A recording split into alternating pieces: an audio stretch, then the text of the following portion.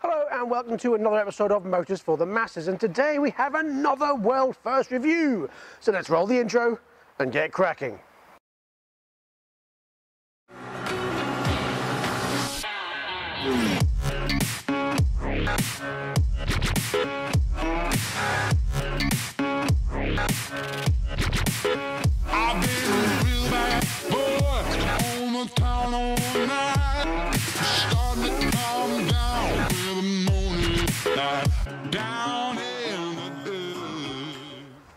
AJS have been firmly planted in the bike world for 110 years. Like many, in the 1980s, shipped their manufacturing to China, and since then have seen improvement over improvement into what we see now.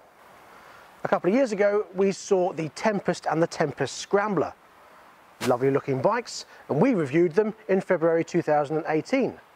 And they proved to be pretty well built. So what do we have today?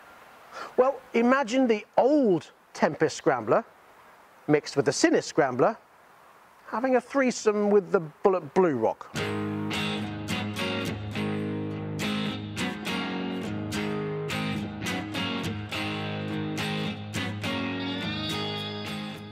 And you get this, the new AJS Desert Scrambler. Roll the cinematic.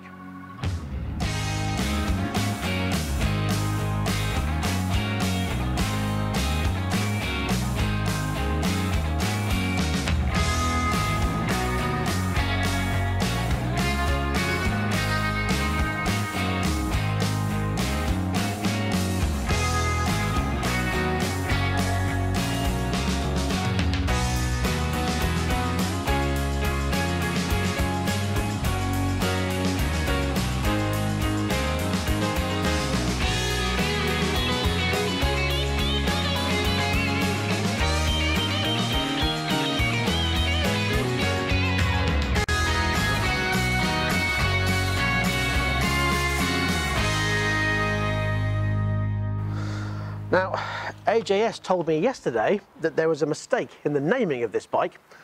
They named it the 73 Desert Scrambler. Well, in actual fact, it's now been renamed, as of yesterday, the 71 Desert Scrambler. So named after Mike Jackson, who in 1971 raced the AJS Stormer in some big American race and finished 14th out of 3,200. Quite a good feat, quite a good result. But yeah, so welcome to the 71 Desert Scrambler, not the 73. So what is this bike all about? Well, it uses the same Yamaha YBR based engine as the Cadwell and Tempest, developing 10 brake horsepower and 7 pounds-foot of torque, which is enough to get you to 55 miles an hour through its 5-speed gearbox. However, where the Cadwell and Tempest uses a Jessen EFI, the new Desert Scrambler uses a Mikuni EFI system. This means the fuel pump is separate and not like the Cadwell and Tempest, which is inside the tank. This Desert Scrambler is Euro 4 compliant and on paper has a very impressive 123 mpg figure and just 51 CO2s. That's pretty low. Now, talking to AJS, unfortunately, Euro 5 will be slightly more strangled. It does mean less CO2s, but also a little bit less power. I know. But sadly, over the years, 125s have gone from 33 brake horsepower to 10. How can Europe make it any worse? But they have. And they will. Anyway, back to the Scrambler. You get right way up forks on the front and twin shocks on the rear. On the front you get a large 300mm disc with a triple piston caliper, and on the rear you get a 220mm disc with a single piston caliper, of course using the combined brake system. 18-inch spoked wheel with the 4.1 Kenda front tyre, which is the equivalent of about a 105 or 110. And a 17-inch spoked rear wheel with the 4.6 Kenda rear tyre, which is about a 130. And a 13-litre fuel tank. The bike has a running weight of just 126 kilos. Now that means with all its fluids in and 90% of its fuel. It also has, as you can see here, the high level exhaust. Now there is a downside to that. To get into this side panel here where the battery is, ideally the exhaust has to come off. But the upside of that is that it doesn't take much to get the exhaust off. 2 bolts here, 2 bolts on the front where it goes into the head, and the lambda sensor, and then it comes off as one piece. Not a problem. I do like the look of this. I like the fact that it's wrapped. I like the fact that you've got the heat shield as well as the wrap. Nice stainless steel with a little grill in here, the mesh grill. Looks very nice. Nice attention to detail. And it's a good shape. Very good. It also sounds pretty nice, but we'll hear that in a minute. On both sides, the bike comes with this number pad, and I really do like that. However, I think it should have come with a number. Maybe number 71, being a 71 Desert Scrambler. Although up until yesterday, it was a 73 Desert Scrambler. So it's a good job AJS didn't put a 73 on there, because then they'd have had to send out all new panels with all new numbers on. But maybe a sticker, they could have put the numbers in there and just sent out a load of 1s instead of 3s. Anyway, we'll gloss over that. But yeah, basically stick what number you like on there. It's crying out for a number, isn't it? For me, it's of course number 22. For you, it could be 69 or something similar. Sorry. Lights front and rear are LED. Very nice, I do like that. Main beam there, and of course your indicators are also LED, as are the rear lights. I'm not sure if you noticed, but you get a toolbox at the back here, the opposite side of the exhaust, just like the Sinis. They have those as well. Now on this bike, you also get another one next to the battery, pictured here.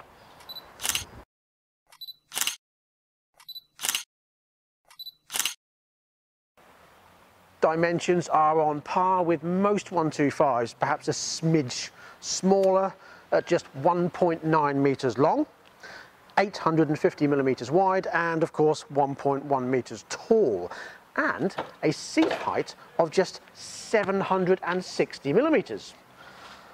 So short people can get on it.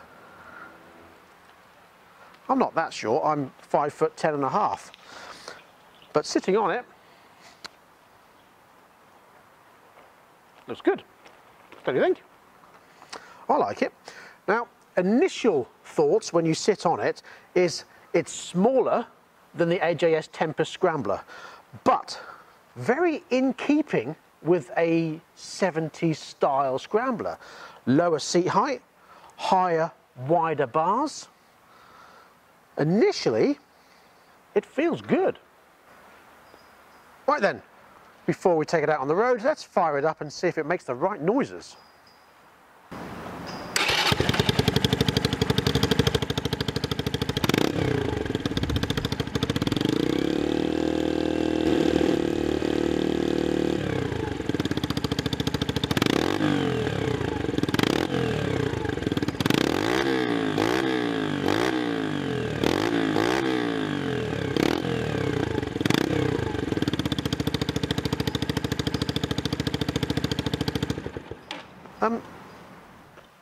Yes, it does seem to.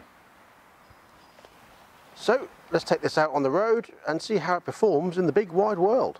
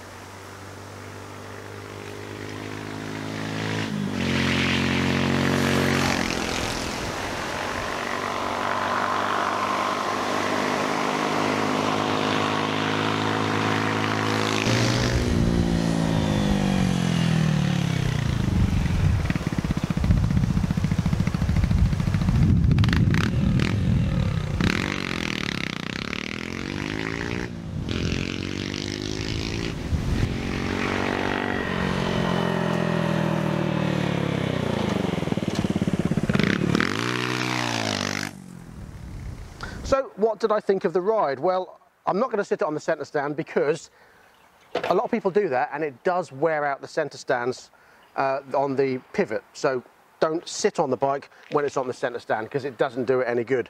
However, when you're riding, extremely comfortable. Now, we get a lot of questions of people saying, I've just passed my test or just passed my CBT, what is good as a first bike for a new rider? Well, I have to say, you like Scramblers, this. The reasons why is because it's really, really flickable. It's lightweight, 126 kilos wet. That's not heavy at all. These tyres I thought were going to be a bit knobbly and a bit noisy, and they're okay. They're okay. Grip-wise, brilliant on and off-road. And it's so flickable around the corners, you can easily turn in with absolute confidence that you're not going to lay it down and you're not going to slip out. No problems with that whatsoever. The handlebar width, again, I thought possibly a bit wide, but no, it really isn't. The switch gears are generic switch gears. You've got your kill switch, your start button, your horn, your indicators and your lights. It all works very well. There is a gap here, and I'm not really sure what used to be there. Perhaps hazard flashes? But they're not there now. But there's a gap. So maybe some different generic switch gears might have been a bit better, but you know, you do find these on a lot of bikes, so not complaining too much. The brakes, really good. The clutch, very easy. And the throttle response is lovely. I also like the grips they've used on here. They're slightly bulbous, nice grippy grip, and very comfortable for your hands. I also like the clocks. Now, AJS have used these clocks on most of their bikes throughout the range. Very simple. You've got speedo, your mileage, and your rev counter with your flashy buttons down the bottom. Very, very simple, easy to read. It works and they look good. They should have used these on my MASH Force Army bike. So take note, MASH, not that digital nonsense. Stick with the old stuff for the old style bikes. The mirrors, a little bit buggy, as in antennas, look like antennas on a bug. I don't know what it is with this up angle and then up again. Maybe forget the up, just go up on an angle like that. Would have been nice. But you know, little niggly bits. Other than that, the comfort is fantastic. I'd like the seats. It's a little bit hard, little bit, but with your legs up, it's not as though it's sticking up your bum. It's actually pretty comfortable. Love the sound. It sounds brilliant. Top speed, okay, 55 miles an hour, but let's be honest, you're not on a race bike, you're on a scramblery type bike, so 55 miles an hour is fine. You want a faster bike, get a liquid cooled one, or maybe a race bike with a fairing, or pass your test, do that. But as a first bike, brilliant, it works really well. So for the learner amongst you, you like Scramblers, I really do think you're onto a winner with this one. It feels good, it rides well, it sounds good, it's well put together, everything is solid, nothing creaks or makes noise or is flimsy or falling off. It's actually put together really, really nicely. Very well built, very nice looking, very nice sounding. That's about all I have to say, really.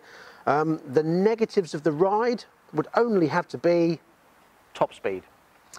55 mile an hour, maybe 60 would have been better, but let's be honest, most of these bikes with this 10 brake horsepower air-cooled engine are going to be doing 55 miles an hour. Like I said, you want a faster bike, get a liquid-cooled one, but then you're looking at more money. So there we have it. What do you think? Let us know in the comments section below. Now, when I first saw this, I was a bit undecided on the looks. I thought the tank was possibly a bit too small, and I wasn't so sure about this side-mounted exhaust. But seeing it in the flesh, I have to admit, it's really, really grown on me, especially this colour. I love this metallic red. Now, the bike does come in either a matte black or the orange that they used to do on the old Scrambler, and this metallic red. And having seen this and the work that's gone into it, I'm actually pretty impressed with that exhaust, and the sound is fantastic. Now, the bike does come with these. knee pads that you can put on there, that way, or that way even. I think, personally, it looks better without. What do you think? Perhaps maybe smaller ones? I don't know. Not too sure on those, but you can decide. However, the best thing about it is they don't come attached to the bike. So when you get the bike, you can either say, no, leave them off, or put them on yourself. Handlebars, perfect width. At first, again, I thought they were a bit too wide, but no, it works really well. And I think the whole package works well as a 70s style Scrambler. So that is what I'm impressed about. The ride, fantastic, really smooth, gear change is nice, like we said before. The tyres, no problem being knobbly. It handles really, really nicely. And overall as a package, I'm pretty impressed. Now I'm just going to put these back on again in the sun so you can see. I think I may have been blocking it. Thoughts? Let me know. They look all right from this angle. Oh, I don't know. Pads, no pads. You decide. Right, on to things I don't like. I'm going to sit down for this bit. This exhaust. To safely get to the battery, you need to take the exhaust off to get that side panel off. Otherwise, you can risk scraping the side panel on this sharp edge of the exhaust. Now, don't worry about catching your leg on it. That isn't going to happen. But all they had to do was move this out maybe 2 or 3 mil, and this would have undone and come up without touching this exhaust. That's all they needed to do. I mean, it's not a massive problem because 4 bolts and a lambda sensor, you can get the exhaust off. But, and I'll be honest, how often do you need to get to the battery? And if you undo those, you can slide it down and get to the terminals without actually having to take that completely out. It's only if you have to remove the battery, it becomes a bit of a pain. Other than that, not really an issue. The other thing I don't like is this brake pedal. It just looks a bit cheap. It's like they made the arm and then thought, oh, we haven't got anything on the end. I'll tell you what, we'll weld on a bit of round metal. That'll solve it.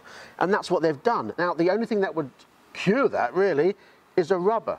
That's all they need to do. Put a rubber over it. I mean a proper rubber, not like the ones you find for £1 for 3 in the pub. Well, you could try that, but I don't think it'll work very well. Yeah, so put that over and problem solved. The other thing I don't like is this